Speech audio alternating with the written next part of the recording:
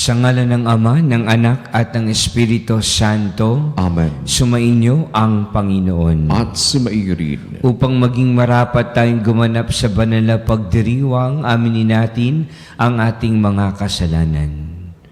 Inaamin ko sa makapangyarihang Diyos at sa inyo mga kapatid, na lubha akong nagkasala sa isip, sa salita at sa gawa, at sa aking pagkukulang. Kaya sinasamo ko sa mahal na Birheng Maria, sa lahat ng mga anghel at mga banal, at sa inyo mga kapatid na ako'y ipanalangin sa Panginoong ating Diyos. Kaawaan tayo ng makapangyarihang Diyos, patawarin sa ating mga kasalanan at patnubayan sa buhay na walang hanggan. Amen. Panginoon, kaawaan mo kami. Panginoon, kaawaan mo kami. Kristo, kaawaan mo kami. Kristo, kaawaan mo kami. Panginoon, kaawaan mo kami. Panginoon, kaawaan mo kami. Manalangin tayo. Ama naming makapangyarihan, ibalik mo kaming muli sa iyong piling upang ganap na pakinabangan namin ang 40 araw na paghahanda para sa Pasko ng Pagkabuhay. Hubugin mo ang iyong aral, ang aming kalooban, sa pamamagitan ng Jesucristo, kasama ng Espiritu Santo, magpasawalang hanggan. Amen. Pagbasa mula sa aklat ng Levitiko. Sinabi ng Panginoon kay Moises, sabihin mo sa buong kapulungan ng Israel, magpakabanal kayo, sapagkat akong Panginoon ay banal. Huwag kayong magnanakaw, manlilinlang o magsisinungaling. Huwag din kayong manunumpa sa aking pangalan nang walang katotohanan, pagkat iyon ay paglapastangan sa ngalan ko. Ako ang Panginoon. Huwag ninyong dadayain ang pagnanakawan ang inyong kapwa. Huwag ninyong ipagpapaliban ang pagbabayad sa inyong pinapagtrabaho. Huwag ninyong aapihin ang mga bingi at lalagyan ng katisuran ang daraanan ng mga bulag. Matakot kayo sa Diyos. Ako ang Panginoon. Huwag kayong hahatol ng walang katarungan upang pagbigyan ng mahirap o suyuin ang mayayaman. Huwag ninyong ipamamalita ang kasiraang puri ng inyong kapwa, ni sasaksi laban sa inyong kapwa upang ipahamak lamang siya. Ako ang Panginoon. Huwag kang magtatanim ng galit sa iyong kapwa. Sa halip, pangangaralan mo siya. Sa gayon, hindi ka magkakasala dahil sa kanya. Huwag kang maghihiganti o magtatanim ng galit sa iyong mga kasamahan. Ibigin mo ang iyong kapwa gaya ng iyong sarili. Ako ang Panginoon. Ang salita ng Diyos. Salamat sa Diyos. Espiritong bumubuhay ang salita ng may kapal. Espiritong bumubuhay ang salita ng may kapal. Ang batas ng Panginoon ay batas na walang kulang. Ito'y utos na ang dulot sa tao ay bagong buhay. Iyong kanyang mga batas ay mapagtitiwalaan, nagbibigay ng talino sa pahat ang kaisipan. Espiritong bumubuhay ang salita ng may kapal. Ang tuntuning ibinigay ng poon ay wastong utos. Liligaya ang sinuman kapag ito ang sinunod. Ito'y wagas at matuwid, pagkat mula ito sa Diyos. Pangunawa ng isipan, iyong bungang idudulot. Espiritong bumubuhay ang salita ng may kapal. Iyong paggalang sa poon ay marapat at mabuti. Isang banal na tungkulin na iiral na parati. Pati mga hatol niya ay matuwid na kahatulan. Kapag siya ang humatol, ang pasya ay pantay-pantay. Espiritong bumubuhay ang salita ng may kapal. Naway itong salita ko at ang aking kaisipan sa iyo ay makalugod, Panginoon ko't kanlungan. O ikaw na kublihan kong ang dulot ay kaligtasan. Espiritong bumubuhay ang salita ng may kapal.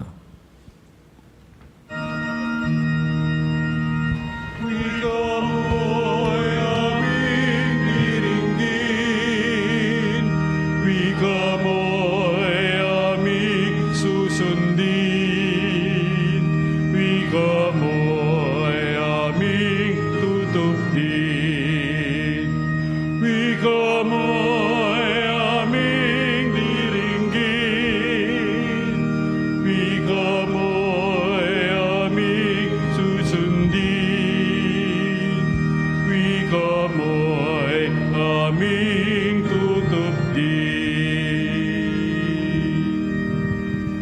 Sumainyo ang Panginoon. At sumaiyo rin. Ang mabuting balita ng Panginoon ayon kay San Mateo. Papuri sa iyo, Panginoon. Noong panahon iyon, sinabi ni Jesus sa kanyang mga alagad, darating ang anak ng tao bilang hari, kasama ang lahat ng anghel, at luluklok sa kanyang maringal na trono. Sa panahon iyon, matitipon sa harapan niya ang lahat ng tao. Sila'y pagbubukod-bukurin niya tulad ng ginagawa ng pastol sa mga tupa at mga kambing. Ilalagay niya sa kanyang kanan ang mga tupa at sa kaliwa ang mga kambing. At sasabihin ng hari sa mga nasa kanan, "Hali kayo, mga pinagpala ng aking ama. Pumasok na kayo at manirahan sa kahariang inihanda para sa inyo, mula pa ng likhain ng sanlibutan. Sapagkat ako'y nagutom at inyong pinakain, nauhaw at inyong pinainom. Ako'y isang dayuhan at inyong pinatuloy. Ako'y walang maisuot at inyong pinamtan. Nagkasakit at inyong dinalaw. Ako'y nabilanggo at inyong pinuntahan." Sapagkat ang mga matuwid, sasagot ang mga matuwid, "Panginoon, kailan po namin kayo nakitang nagutom at aming pinakain, nauhaw at aming pinainom? Kailan po kayo naging dayuhan at aming pinatuloy o kay walang maisuot at aming pinaramtan? Kailan po namin kayo nakitang may sakit o nasa bilangguan at aming dinalaw?" Sasabihin ng hari, "Sinasabi ko sa inyo, nang gawin ninyo ito sa pinakahamak sa mga kapatid kong ito ay sa akin ninyo ginawa." At sasabihin naman niya sa mga nasa kaliwa, "Lumayo kayo sa akin, mga sinumpa. Kayo pa sa apoy na di mamamatay, na inihanda para sa diablo at sa kanyang mga kampon. Sapagkat ako'y nagutom at hindi ninyo ako pinakain, nauhaw at hindi ninyo pinainom. Ako'y naging isang dayuhan at hindi ninyo pinatuloy. Ako'y nawala ng maisuot at hindi ninyo pinaramtan. Ako'y may sakit at nasa bilangguan at hindi ninyo dinalaw." At sasagot din sila, "Panginoon, kailan po namin kayo nakitang nagutom, nauhaw, naging dayuhan, nawala ng maisuot, may sakit o nasa bilangguan, at hindi namin kayo pinaglingkuran?" Sasabihin sa kanila ng hari, "Sinasabi ko sa inyo, ng pagkaitan ninyo ng tulong ang pinakahamak sa mga ito, ako ang inyong pinagkaitan. Itataboy ang mga ito sa kaparasahang walang hanggan, ngunit ang mga matuwid ay tatanggap ng buhay na walang hanggan." Mga kapatid, ang mabuting balita ng Panginoon. Pinupuri ka namin, Panginoong Heso Kristo. Natatakot ka na ba? Kinakabahan ka na ba? Sapagkat maituturing ka ba doon sa grupo ng mga tupa o sa grupo ng mga kambing? Sa grupo ng mga nagbibigay ng kanilang paglilingkod at tulong at kawang gawa sa mga nangangailangan, at yun ay tulong na ginawa rin nila sa Panginoon. O ikaw ba'y kabilang dun sa mga tumanggi, sa mga hindi tumulong, sa mga hindi nagbukas palad, sa mga nangangailangan, at ito'y sa Panginoon mo rin ginawa? Ikaw rin ba'y kabilang sa mga tatanggap ng kaparusahang walang hanggan, o ikaw ay kabilang sa mga matuwid na tatanggap ng buhay na walang hanggan? Alam niyo po, iisa lang naman ang ating hinahangad, ang maging kalugod-lugod sa Diyos. Ang maglingkod ng may katapatan, na may kapakumbabaan, at may kagalakan sa puso. Ang makita natin ang ating sarili na maging kapakipakinabang para sa mga taong ating pinaglilingkuran. At lahat ng ito ay sa Diyos natin ipinagpapasalamat at ikinapupuri sa Kanyang dakilang pangalan. Naroon din na minsan tayo'y tumatanggi, minsan tayo nagsasara ng ating pintuan, minsan tayo'y hindi nagbibigay ng tulong o kawang gawa sa nangangailangan.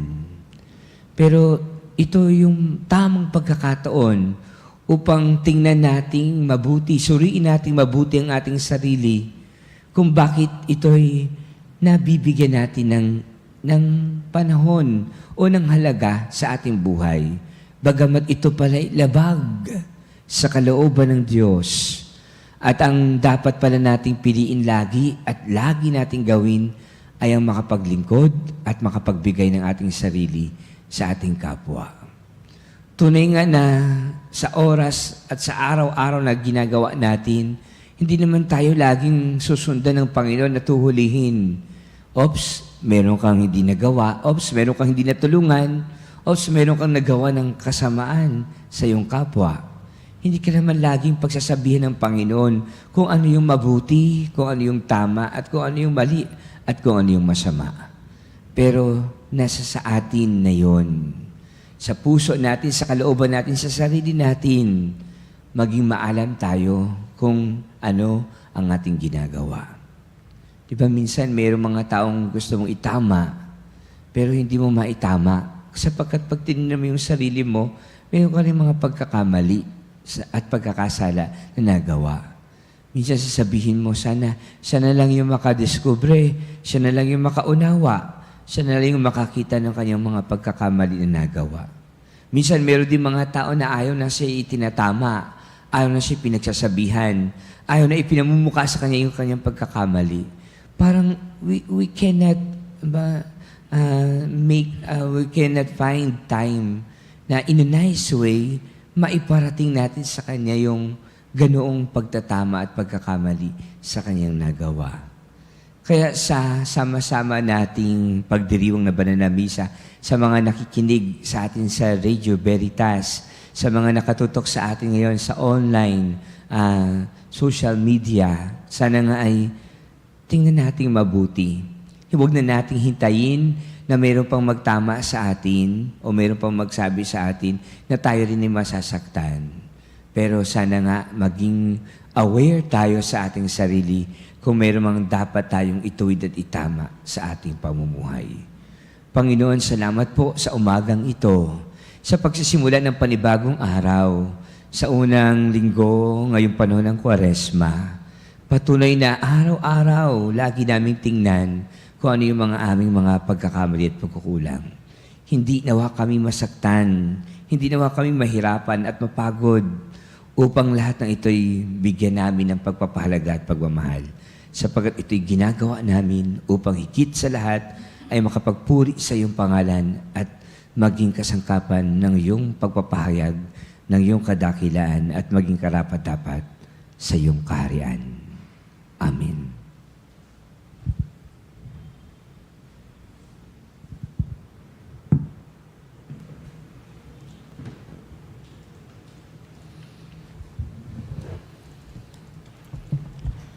Inihahayag ng Panginoon ang misteryo ng kaharian ng Diyos sa mga taong buong pagmamahal na kumakalinga sa mga dukha at nagugutom.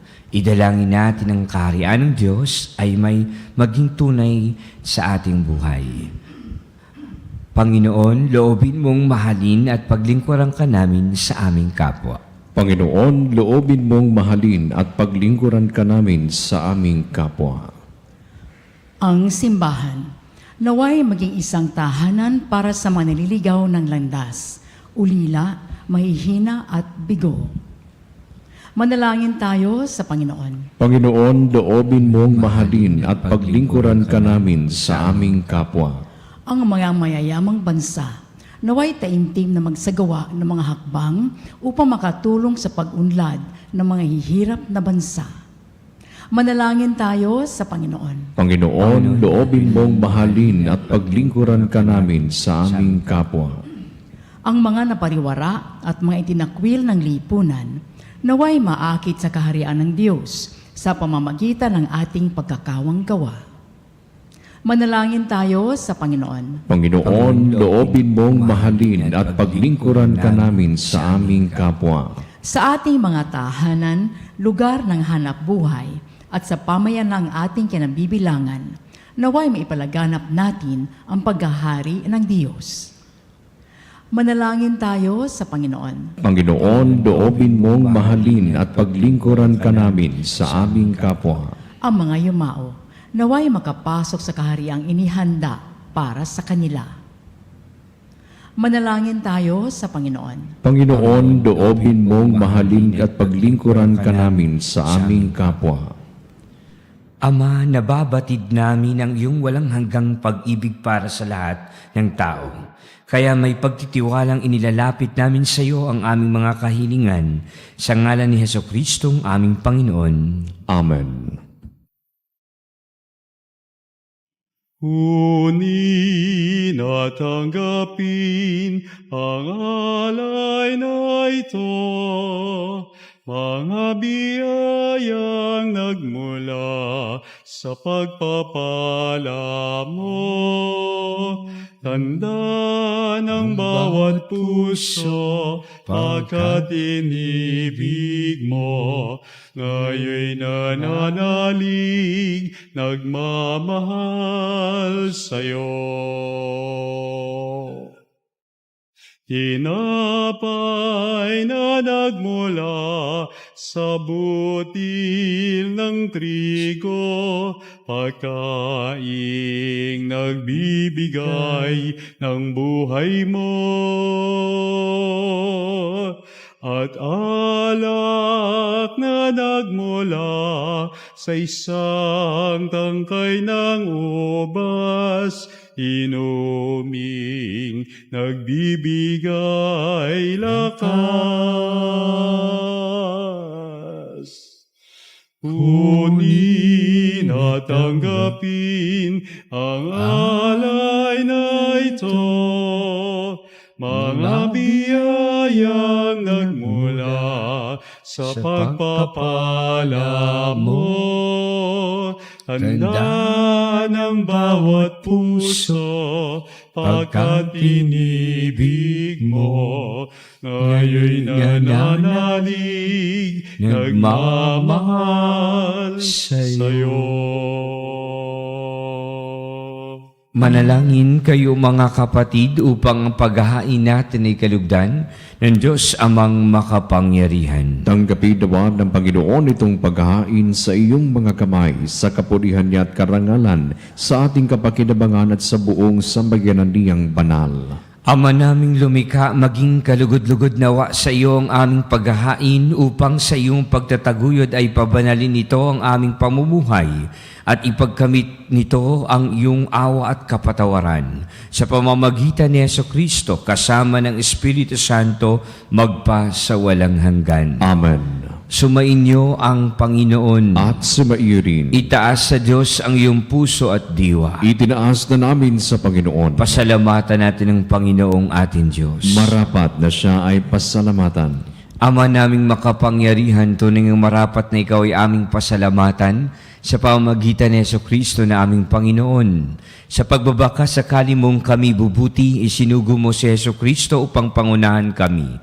Bilang pagsunod sa iyong atas na bigay, ipinahayag ng iyong anak ang iyong kalooban na ang apitdukha ay kanyang damayan. Ngayon ay iyong inihahandog ang pagkakataong aming maisaloob ang kanyang ganap at kusang paglilingkod upang sa iyo'y lagi kaming makasunod. Kaya kaisa ng mga anghel na nagsisiawit ng papuri sa iyo nang walang humpay sa kalangitan, kami nagbubunyi sa iyong kadakilan.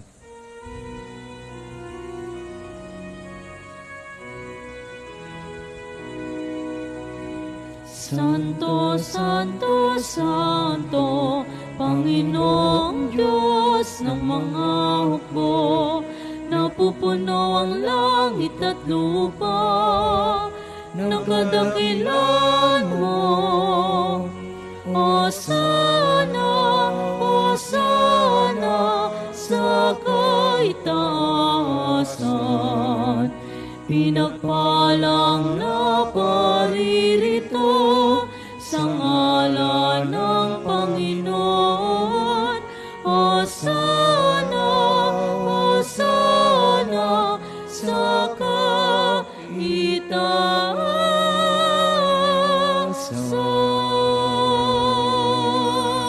Ama naming banal, ikaw ang bukal ng tanang kabanalan. Kaya't sa pamamagitan ng iyong Espiritu, gawin mong banal ang makaloob na ito upang para sa aming maging katawan at dugo ng aming Panginoong Hesu Kristo. Bago niya pinagtiis ang kusang loob na maging handog, hinawakan niya ang tinapay, pinasalamatan kanya, pinaghati-hati niya yon, inabot sa kanyang mga alagad at sinabi, "Tanggapin ninyong lahat ito at kanin, ito ang aking katawan na ihahandog para sa inyo."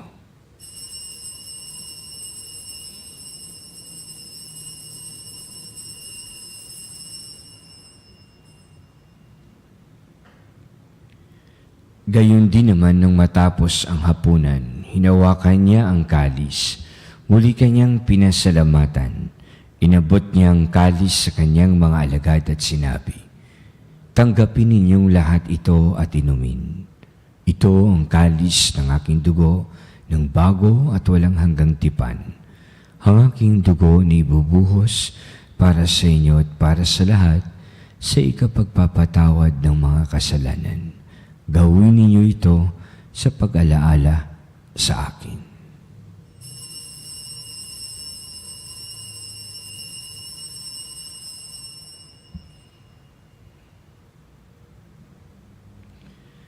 Ipagbunyi natin ang misteryo ng pananampalataya. Si Kristo'y namatay, si Kristo'y nabuhay, si Kristo'y babalik sa wakas ng panahon. Ama, ginagawa namin ngayon ang pag-alaala sa pagkamatay at muling pagkabuhay ng iyong anak, kaya't niaalay namin sa iyo ang tinapay na nagbibigay buhay at ang kalis na nagkakaloob ng kaligtasan. Kami nagpapasalamat dahil kami yung minarapat na tumayo sa harap mo para maglingkod sa iyo. Isinasamo namin kami magsasalo-salo sa katawan at dugo ni Kristo ay mabuklod sa pagkakaisa sa pamamagitan ng Espiritu Santo. Alalahanin mo rin ang mga kapatid naming nahimlay na may pag-asang sila'y muling mabubuhay, gayon din ang lahat ng mga pumanaw. Kawaan mo at paturihin sila sa iyong kaliwanagan. Kawaan mo at pagindapatin kaming lahat na makasalo sa iyong buhay na walang wakas. Kaisa ng mahal na Birheng Maria na Ina ng Diyos, kaisa ng mga apostol at lahat ng mga banal na namuhay dito sa daigdig ng kalugod-lugod sa iyo, maipagdiwang nawa namin ang pagpupuri sa ikararangal mo sa pamamagitan ng iyong anak na aming Panginoong Hesu Kristo. Sa pamamagitan ni Kristo, kasama niya at sa Kanya, ang lahat ng parangal at papuri ay sa iyo, Diyos Amang makapangyarihan, kasama ng Espiritu Santo, magpasawalang hanggan. Amen, amen, amen.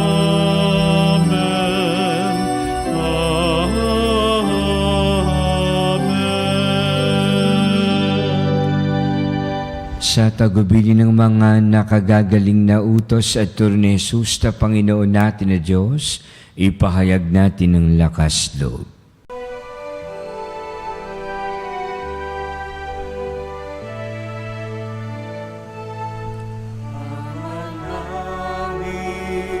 Sumasalangit ka, sambahin ang ngalan mo. Mapasa amin ang kaharian mo,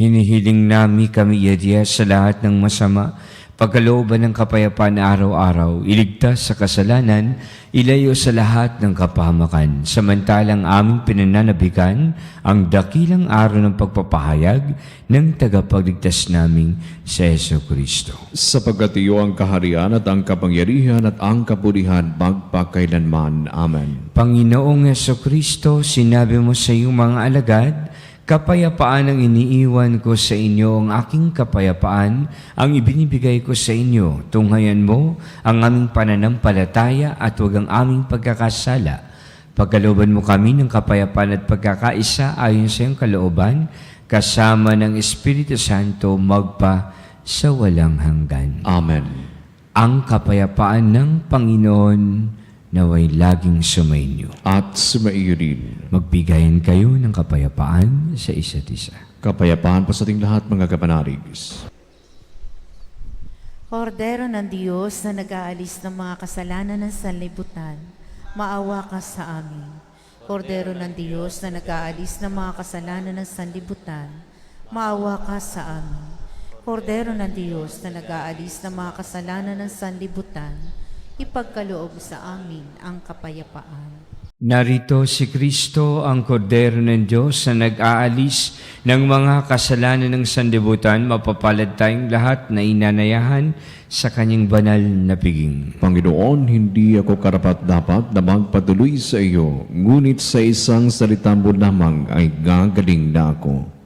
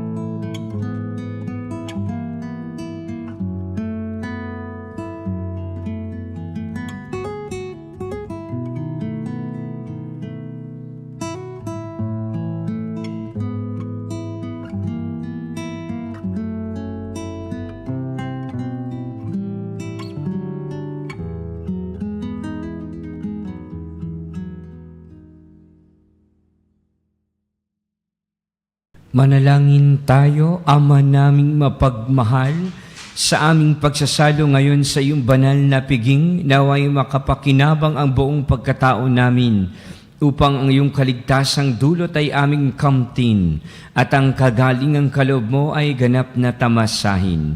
Sa pamamagitan ni Jesucristo, kasama ng Espiritu Santo, magpa sa walang hanggan. Amen. Sumainyo ang Panginoon. At sumaiyo rin. Pagpalain kayong lahat ng makapangyarihang Diyos, Ama, Anak, at Espiritu Santo. Amen. Tapos ng ating banal na pagdiriwang, humayo kayong taglay ang kapayapaan. Salamat sa Diyos.